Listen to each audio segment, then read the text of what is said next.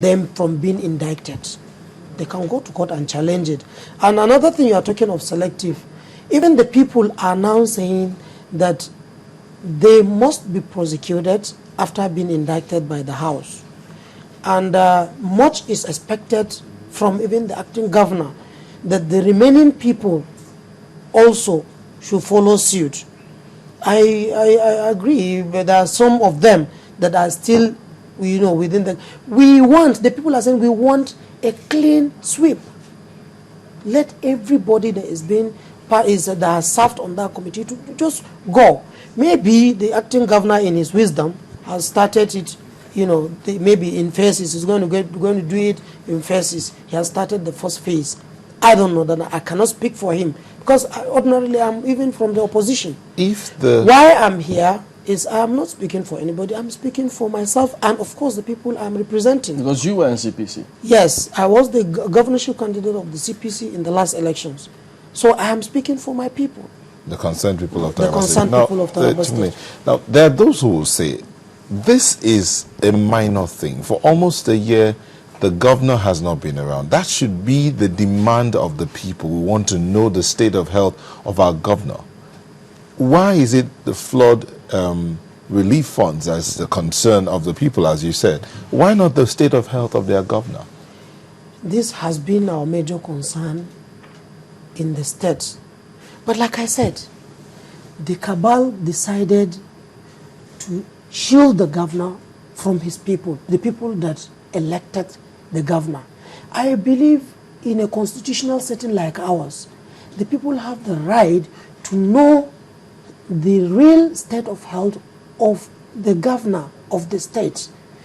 You can see, as a result of his absence, so many things have happened in Taraba State, including loss of lives and properties in Wukari and Ibi. And thank God now it has, it has been brought to maybe some sanity has been brought into the state.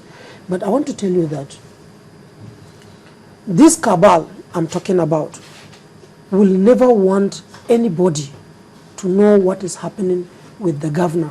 If they always tell us that the governor is recuperating very well, he is doing okay. If some video clips are released, that he is working, he is doing this.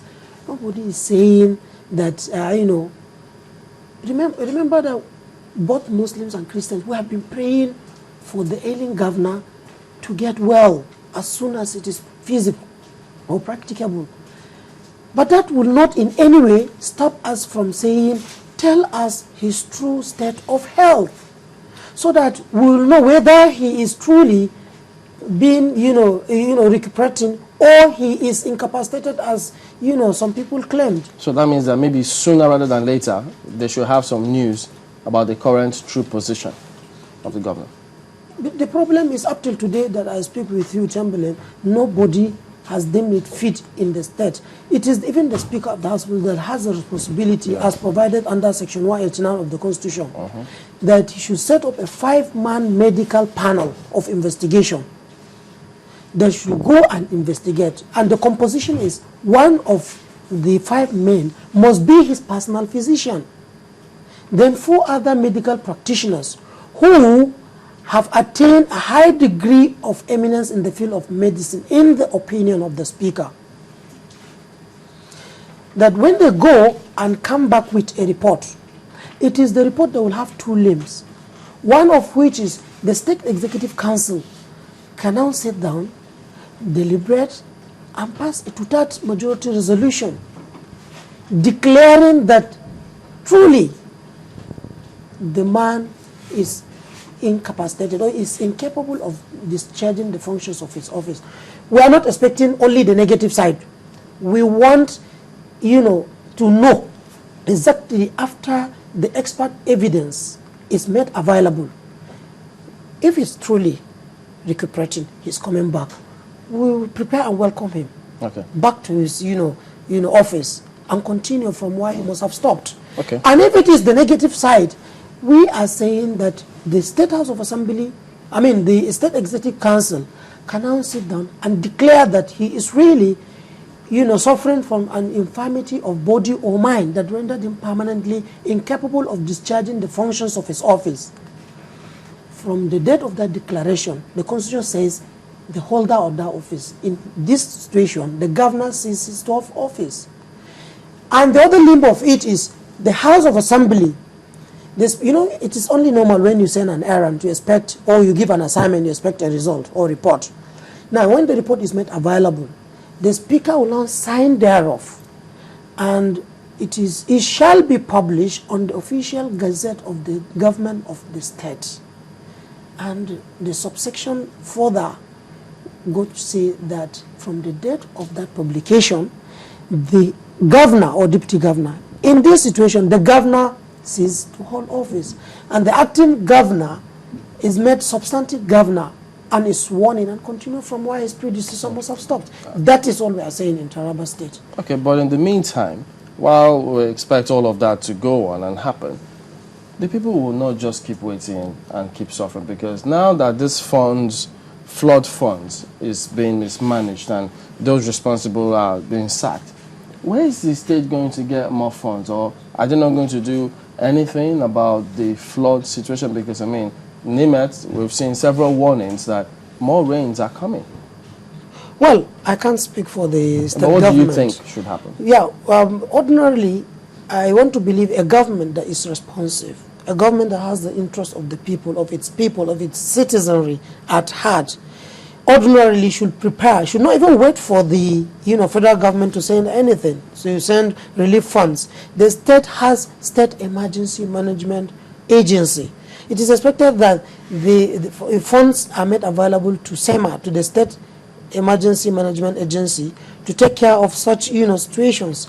And particularly now that they are saying more rains are coming in this year, then it is expected that they should get prepared against this eventuality, because life itself is not certain. Therefore, we expect them to get prepared against what is coming. For now, get some funds to relieve these people, since the former SSG and the commissioners have mismanaged that other funds that were sent by the federal government.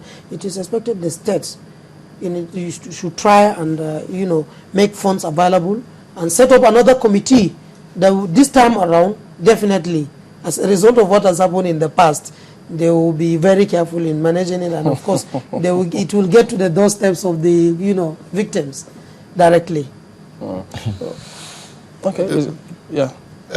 Okay. The situation in Taraba is such that it hasn't been in any state.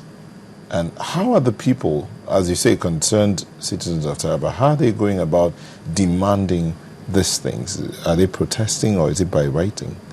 Well, thank you for this, brilliant question, my brother.